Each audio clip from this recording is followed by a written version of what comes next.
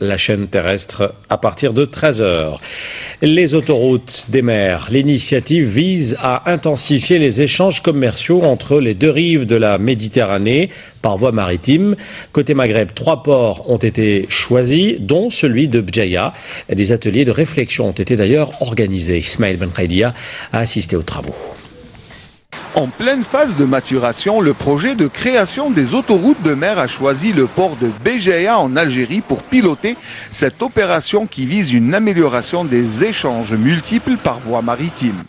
Alors une autoroute de la mer, c'est un ensemble de solutions pour le transport de marchandises entre deux ports, mais le long d'un axe et avec des prolongements terrestres par les modes de transport qui peuvent exister, c'est-à-dire la route ou le rail. Et cet ensemble de pratiques, de comportements, de solutions doit être un ensemble de référence. Des experts de différentes nationalités ont pris part aux travaux d'ateliers organisés par le port de Béjaïa durant 2 journées fructueuses pour ce projet.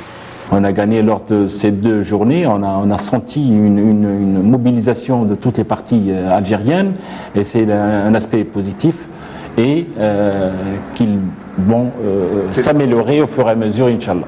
Il y a une volonté effrénée de la communauté portuaire locale de se mettre au niveau et d'avancer pour favoriser le travail de l'ensemble, bien sûr, des prestataires. Ça concerne l'autorité portuaire, bien entendu, qui est très moteur dans la démarche, mais ça concerne aussi les organismes publics au niveau national et ça concerne l'ensemble des acteurs du port. C'est également l'occasion d'exprimer et de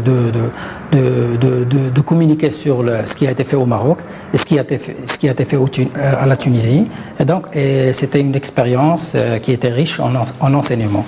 Concrètement, maintenant, nous avons franchi plusieurs étapes. Et nous sommes en train de finaliser pratiquement le projet de la première phase qui doit être présenté au mois d'octobre. D'un coût de 9 milliards d'euros, le projet Medamos des autoroutes de mer, qui vise une amélioration des liaisons maritimes, passera par la Tunisie puis le Maroc avant sa mise en pratique. L'économie